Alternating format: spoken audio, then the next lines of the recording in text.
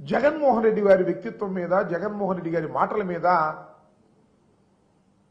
దుష్ప్రచారం చేయాలనేటువంటి ఉద్దేశంతో ప్రయత్నం చేస్తున్నారు.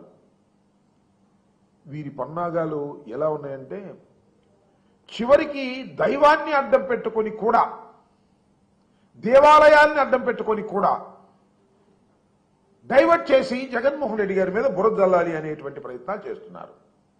మొన్న మీరు చూశారు, జగన్మోహన్ రెడ్డి గారు హైదరాబాద్ కోర్టుకు హాజరు కావడానికి ప్రత్యేక విమానంలో వెళితే విమానాల్లో విచ్చలవిడిగా తిరుగుతున్నారు, విలాసవంతంగా తిరుగుతున్నారు అనేటువంటి మాటలు మాట్లాడేటటువంటి ప్రయత్నం చేశారు. జగన్మోహన్ రెడ్డి గారు ఆ రోజునే కాదు, చాలా సందర్భాల్లో ప్రత్యేకమైన విమానంలో వచ్చారు, హెలికాప్టర్లో వచ్చారు. ఆయన హెలికాప్టర్లో వెళ్ళడానికి వీల్లేదు, ప్రత్యేక విమానంలో వెళ్ళడానికి వీల్లేదు అనేటువంటి అక్కసు కక్కేటటువంటి ప్రయత్నం చేస్తే చూశారుగా మన డిప్యూటీ సీఎం గారు కాదు, డిప్యూటీ సీఎం కన్నా ఫోజ్ పెడుతున్నటువంటి ఆ బొడ్డ మేనేజర్ గారు లోకేష్ గారు, అలాగే నాయుడు గారు, కేంద్ర విమానయాన శాఖ మంత్రి నాయుడు గారు ఇండిగో వ్యవహారంలో ఎలా ఇరుక్కుని గిలగిలలాడుతున్నారో మనం చూశాం. నేను చెప్పదలుచుకుంది ఏంటంటే, మా మీద మీరు అనవసరంగా, అన్యాయంగా తప్పుడు ప్రచారం చేస్తే ప్రజలు గమనిస్తున్నారు. నష్టపోయేది అంతిమంగా మీరే అనే విషయాన్ని ఇక్కడ గుర్తుపెట్టుకోవాలని ఈ సందర్భంగా నేను చాలా స్పష్టంగా చెప్పదలుచుకున్నా. సరే, ఇకపోతే కొద్ది సేపటి క్రితమే మన డిప్యూటీ సీఎం గారు పవన్ కళ్యాణ్ గారు జగన్మోహన్ రెడ్డి గారిని ఉద్దేశించి తప్పుడు ప్రచారం మొదలుపెట్టారు. సరే, ఇది పవన్ కళ్యాణ్ గారికి కొత్త ఏమీ కాదు. ఆయన చాలా సందర్భాల్లో జగన్మోహన్ రెడ్డి గారిని దూషించడమో, జగన్మోహన్ రెడ్డి గారి మీద తప్పుడు ప్రచారం చేయటమో ఆయనకి సర్వదా అలవాటు అయిపోయింది. పాపం కూటమి అధికారంలోకి వచ్చింది, ఎన్ని హామీలు ఇచ్చాము, ఆ హామీలు నెరవేర్చాలా వద్దా అనే దాని గురించి ఆలోచించడు. 100% స్ట్రైక్ రేట్ అని 21 సీట్లు గెలుచుకున్నాము అంటే ఆ ఎమ్మెల్యేలను కూడా గాలి కొల్లేశాడు, నియోజకవర్గాన్ని కూడా గాలి కొల్లేశాడు. వదిలేసి డైవర్షన్ పాలిటిక్స్ కోసం చాలా తంటాలు పడేటటువంటి ప్రయత్నం ఇవాళ చేస్తున్నారు. చంద్రబాబు నాయుడు గారు ఆదేశించగానే జాలిక జగన్మోహన్ రెడ్డి గారి మీద విమర్శ చేసేటటువంటి కార్యక్రమం, విపరీతంగా చేసేటటువంటి కార్యక్రమం చేస్తున్నారు తప్ప తన పార్టీ గురించి పట్టించుకోడు, తన ఎమ్మెల్యేల గురించి పట్టించుకోడు, తన నియోజకవర్గం గురించి పట్టించుకోడు.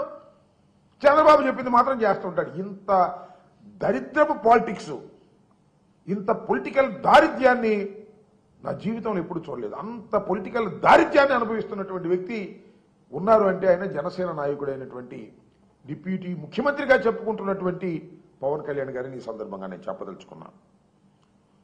దానిలో పరకామణి వ్యవహారం గురించి జగన్మోహన్ రెడ్డి గారు మొన్న తన సుదీర్ఘమైనటువంటి ప్రెస్ మీట్లో చాలా విషయాలు మాట్లాడారు. చాలా సూటిగా అనేకమైన ప్రశ్నలు ఈ కూటమి ప్రభుత్వాన్ని నిలదీశారు. దాని దేనికి సమాధానం చెప్పరు. పరకామణి వ్యవహారంలో జరిగినటువంటి ఒకానొక దొంగతనం, ఒక చోరీ, అది ఒక చిన్న చోరీ అన్నాయంట. దాన్ని బట్టుకు లాగుతున్నారండి. పవన్ కళ్యాణ్ గారి వాళ్ళు అదే మాట్లాడాడు. ఎందుకంటే జగన్మోహన్ రెడ్డి గారి మీద మాట్లాడమని చంద్రబాబు నాయుడు గారు ఆదేశించారు, ఈయన మాట్లాడటం మొదలుపెట్టాడు. పరకామణి, నేను మనవి చేస్తున్నా, పరకామణి కొత్త బిల్డింగ్ కట్టించింది జగన్మోహన్ రెడ్డి గారి హయాంలో. దాన్ని మొత్తానికి కెమెరాలన్నీ మార్చేసి మోడర్న్ టెక్నాలజీతో ఏర్పాటు చేసింది జగన్మోహన్ రెడ్డి గారి టైంలో. సాక్షాత్తు జగన్మోహన్ రెడ్డి గారే దాన్ని ఓపెన్ చేసినటువంటి సందర్భం. దానిలో ఇంత టెక్నాలజీ అయిన తర్వాత దానిలో చోరీ జరిగితే ఆ చోరీలో పట్టుబట్టం జరిగింది. $9, 9 అమెరికన్ నోట్లు పట్టుకున్నారు. దాని విలువ 70,000 లేదా 80,000 మధ్యలో ఉంటుంది. ఈ 9 నోట్లు ఇవాళ అంటే డాలర్ రేటు మారుతా ఉంది కాబట్టి దానికి 14 కోట్ల రూపాయల విలువైనటువంటి ఆస్తులను స్వామివారికి రాయించారు మా బోర్డు ఉండగా. ఆ దొంగతనం చేసినటువంటి వ్యక్తి లేదు ఆ చోరీకి పాల్పడినటువంటి వ్యక్తి దగ్గర నుంచి 14 కోట్ల రూపాయలు స్వామివారికి ఇవ్వటం జరిగింది. అలా పోల్చినప్పుడు 14 కోట్లు $9 అంటే 80,000 రూపాయలు కంపేర్ చేసినప్పుడు ఓ చిన్న చోరీ జరిగితే 14 కోట్ల రూపాయలు కట్టించామనేటువంటి ఉద్దేశంతో జగన్మోహన్ రెడ్డి గారు అంటే చిన్న చోరీ అంటావా?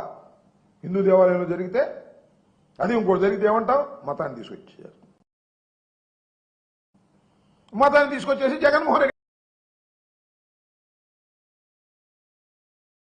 గారి మీద బురదలేటటువంటి కార్యక్రమం చేస్తున్నారు. సిగ్గుండాలంటున్నా. అది కూడా పవన్ కళ్యాణ్ గారు మాట్లాడితే టక్కన మెలకు వచ్చినట్టు మాట్లాడతాడు ఆయన ఇప్పుడు ఆదేశించగానే. అసలు నువ్వు ఏ ధర్మాన్ని పాటిస్తున్నావు నేను అడుగుతా ఉన్నా. సూటిగా డిప్యూటీ సీఎం జనసేన అధిపతి అయినటువంటి పవన్ కళ్యాణ్ గారిని నేను సూటిగా అడుగుతా ఉన్నా, అసలు నువ్వు ఏ ధర్మాన్ని పాటిస్తున్నావు? నేనేం కొత్తగా చెప్పవసరలా. ఆయన మాటలు ఒకసారి పెట్టుకు వినండి మీరు చూస్తే టీవీలో యూట్యూబుల్లో. నేను బాప్టిస్టు మతం తీసుకున్నాను ఒకసారి సర్వమతాలు మాకు సమానం అన్నాడు ఒకసారి. ఇవాళేమో సనాతన ధర్మమే నా ధర్మం అన్నాడు. ఒకసారి అంటాడు మా నాన్నగారు కమ్యూనిస్ట్ సెంట్రల్ బోర్డులో మెంబరు, తర్వాత ఏదో ఉద్యోగం వచ్చే SIC అయ్యాడు కానీ కానిస్టేబుల్ అయ్యాడు కానీ మా నాన్నగారు communist party central board member, కనిపించే కాల్ చేయమని చెప్పి ఆర్డర్లు వచ్చినాయి. మా నాన్న ఎలాంటి వాడు తెలుసా? మా నాయనేమో దీపారాజుని వెలిగిస్తే దానిలో సిగరెట్ కాల్చుకునేవాడు. అలాంటి వ్యక్తి,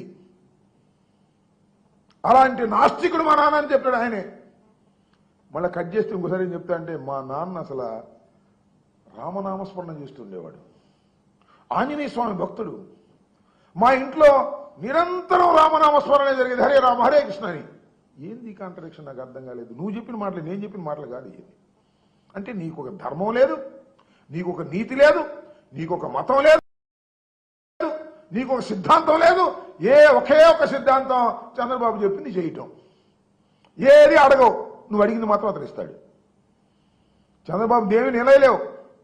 నేను అడుగుతా ఉన్నా, చిన్న చోరీ అని కంపారిజన్ వచ్చినప్పుడు అంటే దాన్ని పట్టుకుని ఎంత రాద్ధాంతం చేస్తున్నారండి నువ్వు చంద్రబాబు నాయుడు గారు, నాకు అర్థం కాలేదు. అంటే మతాన్ని అడ్డం పెట్టుకుని జగన్మోహన్ రెడ్డి గారి మీద నిప్పులు జరగటమో బురద జరగటమో చేసి హిందువులందరినీ కూడా మాకు ఓటేయమని అడిగేటటువంటి ఒక తత్వంతో, నీచమైన తత్వంతో మీరు ఇవాళ మాట్లాడుతూ ఉన్నారనేది గమనించాలి. మనం చేస్తున్నాం.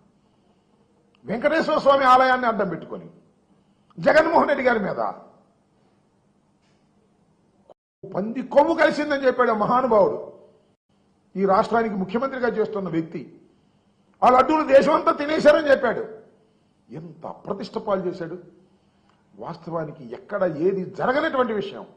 ఇలాంటి దుర్మార్గమైనటువంటి కార్యక్రమాలకు ఇవాళ రాజకీయంగా ఉపయోగించుకోవాలి, దైవాన్ని రాజకీయంగా ఉపయోగించుకోవాలి. శ్రీ శ్రీ శ్రీ శ్రీ వెంకటేశ్వర స్వామి దేవాలయాన్ని, వెంకన్నని, తిరుమల తిరుపతి దేవస్థానాన్ని రాజకీయంగా అడ్డం పెట్టుకొని జగన్మోహన్ రెడ్డి గారి మీద బురద జల్లాలి, మరొకరి మీద బురద జల్లాలి అనేటువంటి ఒక మహాపాప కార్యానికి మీరు చేస్తున్నారే, దీన్ని సహిస్తారా ప్రజలు అడుగుతా ఉన్నా.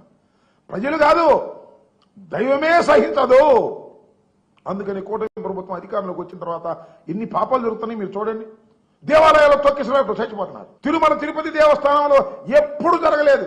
ముక్కోటి ఏకాదశికి పోయిన సంవత్సరం తొక్కిసలాట్లు 7 చచ్చిపోయారు. మొత్తం చరిత్ర మొత్తం ఎప్పుడు జరగల. హిట్ టీవీ యాప్, ఇందులో short news, live news, entertainment shows, movies, digital magazines తో పాటు మీ జిల్లా వార్తలను కూడా ఫ్రీగా చూడొచ్చు.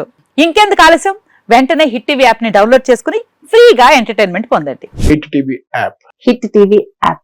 Please download hit TV app. Hit TV app ని ఫ్రీగా డౌన్లోడ్ చేసుకుని ఎంజాయ్ చేయండి. మీకు నచ్చిన ఎంటర్టైన్మెంట్ కోసం హిట్ టీవీ యాప్ ని ఫ్రీగా డౌన్లోడ్ చేసుకుని ఎంజాయ్ చేయండి. హిట్ టీవీ యాప్ ని డౌన్లోడ్ చేసుకుని ఆస్వాదించండి, ఆశీర్వదించండి. ఇంతమంది సెలబ్రిటీలు హిట్ టీవీ యాప్ ని డౌన్లోడ్ చేసుకోండి అని చెప్తున్నారంటే ఎంత మంచి యాప్ ఆలోచించండి. అమెరికా అమెరికా అమెరికా అమెరికాలో చదవాలనుకునే వాళ్ళకి విశ్వసనీయమైన పేరు మన శౌర్య కన్సల్టెన్సీ. UK లో 1 year masters, UK లో 1 year masters, 2 years work permit up to 5 years visa. Contact Saurya Consultancy. Contact 89851 89851.